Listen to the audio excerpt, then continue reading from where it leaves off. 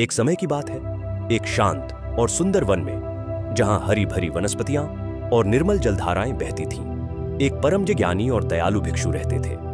उनका नाम था भिक्षु धर्म। भिक्षु धर्म का हृदय इतना विशाल था कि वे हर जीव के प्रति असीम दया और करुणा रखते थे। उनकी ख्याति दूर दूर तक फैली हुई थी और लोग उनसे ज्ञान प्राप्त करने आते थे। भिक्षु धर्म का मानना था कि हर किसी को मदद करनी चाहिए, चाहे कुछ भी हो। वे किसी को भी निराश नहीं करते थे। यदि कोई उनसे भोजन मांगता तो वे अपना भोजन दे देते। यदि कोई उनसे वस्त्र मांगता तो वे अपने वस्त्र दे देते। वे अपनी सारी ऊर्जा दूसरों की सहायता में लगा देते थे। एक दिन एक व्यापारी उनके पास आया। व्यापारी की हालत दयनीय थी। उसके कपड़े फटे हुए थे और वह भूख से बेहाल था।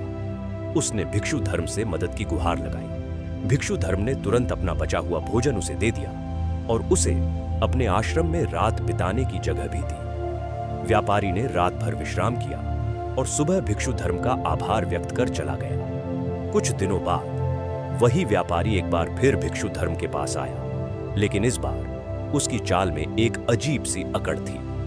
उसने भिक्षु धर्म से फिर भोजन मांगा। भिक्षु धर्म ने बिना किसी हिचकिचाहट के उसे फिर से भोजन दिया।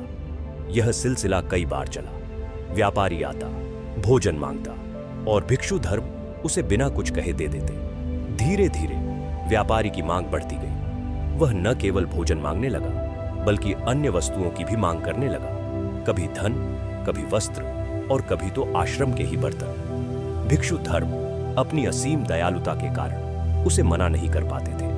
वे सोचते थे कि शायद वह सचमुच जरूरतमंद है और उनका कर्तव्य है कि वे उसकी मदद करें। भिक्षु धर्म के इस व्यवहार को उनके एक शिष्य ने देखा, जो बहुत बुद्धिमान था। शिष्य ने देखा कि व्यापारी की निर्भरता बढ़ती जा रही है और भिक्षु धर्म की अपनी आवश्यकताओं की पूर्ति करना भी मुश्किल होता जा रहा है। शिष्य ने एक शाम भिक्षु धर्म से कहा, गुरुदेव, आपकी दयालुता महान है, लेकिन क्या आप नहीं देखते कि यह व्यापारी आपकी दया का गलत फायदा उठा रहा है? आपकी यह असीम दया उसे आत्मनिर्भर बनाने के बजाय उसे और भी परावलंबी बना रही है। भिक्षु धर्म ने पहले तो शिष्य की बात को गंभीरता से नहीं लिया। उन्हें लगा कि उनका शिष्य शायद कठोर हो रहा है। लेकिन एक दिन जब व्यापारी ने भिक्षु धर्म से उनके प्रिय पात्र की मांग की, जिससे वे पानी पीते थे, तो भिक्षु धर्म को थोड़ा संकोच हुआ। उन्होंने फिर भी उसे दे दिया, लेकिन उनके मन में एक उलझन पैदा हुई। उसी रात भिक्षु धर्म को बुद्ध के एक उपदेश का स्मरण हुआ, मध्यम मार्ग अपनाओ। उन्हें समझाया कि अत्यधिक दयालुता भी कभी कभी अहितकर हो सकती है। दया करना अच्छी बात है, लेकिन यह विवेक और समझदारी के साथ होनी चाहिए। किसी को इतना भी मत दो कि वह अपनी शक्ति और क्षमता खो दे।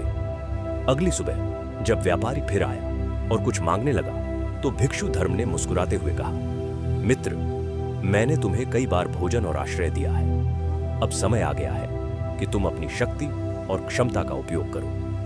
वन में कई स्थान हैं जहां तुम काम करके अपना पेट भर सकते हो, और कई गांव हैं जहां तुम अपनी कला बेचकर जीविका कमा सकते हो।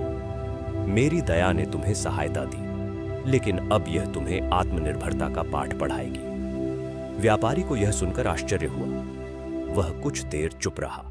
फिर उसने भिक्षु धर्म की बात को समझा। उसे अपनी गलती का एहसास हुआ। उसने भिक्षु धर्म का आभार व्यक्त किया और आश्रम से चला गया, इस बार आत्मनिर्भरता के मार्ग पर चलने के निश्चय के साथ। इस कहानी से मिलने वाली सीख, विवेकपूर्ण दयालुता। दयालु होना बहुत अच्छा है, लेकिन यह विवेक और समझदारी के साथ होनी चाहिए।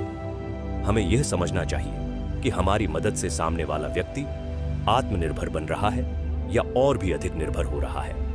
आत्मनिर्भरता का महत्व, किसी को बार बार सब कुछ देना उसे कमजोर बनाता है। असली मदद तब होती है जब आप किसी को इतना सक्षम बना दें कि वह अपनी समस्याओं का सामना स्वयं कर सके। सीमाएं निर्धारित करना, अपनी दयालुता की भी कुछ सीमाएं होनी चाहिए। दूसरों की मदद करते करते अपनी स्वयं की उपेक्षा करना या दूसरों को अपनी दया का दुरुपयोग करने देना सही नहीं है। मध्यम मार्ग, बौद्ध धर्म का महत्वपूर्ण सिद्धांत है मध्यम मार्ग।